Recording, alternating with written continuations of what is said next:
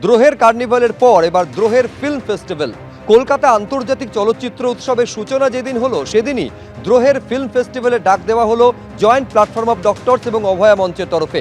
সন্দীপ সরকার আমাদের প্রতিনিধি আরো বিস্তারিত বলতে পারবেন এই নিয়ে। সন্দীপ, দেখো, আজকে অভয়া মঞ্চ এবং জয়েন্ট প্ল্যাটফর্ম অফ ডক্টরসের তরফে শিয়ালদা কোর্টের বাইরে সেখানে তারা একটা প্রতিবাদ কর্মসূচির ডাক দিয়েছিলেন। উদ্দেশ্য ছিল এই যে আরজিকর কাণ্ড, তার 118 দিন হয়েছে, কিন্তু তারা মনে করছেন এখনো বিচার অধরা রয়েছে। সেই কারণে একটা প্রতিবাদ সভা, সেই প্রতিবাদ সভা থেকেই এই ঘোষণা অভয়া মঞ্চ এবং জয়েন্ট প্ল্যাটফর্ম অফ ডক্টরসের তরফে করা হয়, যেখানে তারা সিদ্ধান্ত নিয়েছেন যে দ্রোহের কার্নিভালের মতো দ্রোহের ফিল্ম ফেস্টিভ্যাল তারা করতে চান। তবে সেই ঘোষণা এমন দিনে হলো যেদিন কলকাতা আন্তর্জাতিক চলচ্চিত্র উৎসবেরও সূচনা হয়েছে। ফলে এরকম একটা দিনে এরকম এই ঘোষণা। তবে এই দ্রোহের ফিল্ম ফেস্টিভ্যাল তারা কবে করতে চান সে বিষয়ে এখনো কোনো সিদ্ধান্ত তারা জানাননি। হবে রানুছায়া মঞ্চে ওপেন এয়ারে তারা এই দ্রোহের ফিল্ম ফেস্টিভ্যাল করবেন।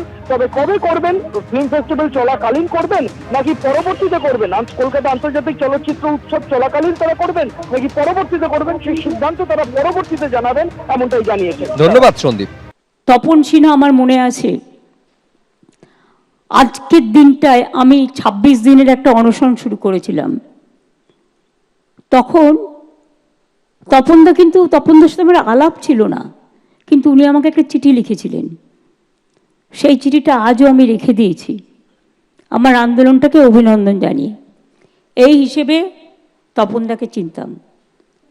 তপন সিনহা, ঋত্বিক ঘটকদের আমাদের চোখে না দেখতে পারলেও ঋত্বিক ঘটকের স্ত্রীকে আমি খুব ভালো চিনতাম, কারণ তিনি আলিপুরে একটি দুর্গাপূজা করতেন এবং ববিদের পাড়ায় আমি যেতাম তাদের পুজোতে।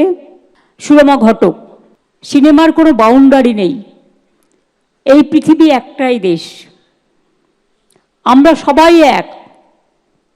ইতিহাসটা আলাদা হতে পারে, জিওগ্রাফিটা আলাদা হতে পারে, রংটা গায়ের আলাদা হতে পারে, পোশাক পরিচ্ছদ আলাদা হতে পারে, ভাষা আলাদা হতে পারে, কিন্তু যারা সিনেমা প্রেমী মানুষ, একদিন আসবে যেদিন আমি মনে করি আজকে যে বিশ্বের ছবি বাংলার মাটিতে এসছে, 21টা দেশের প্রায় 175টা ছবি দেখানো হবে।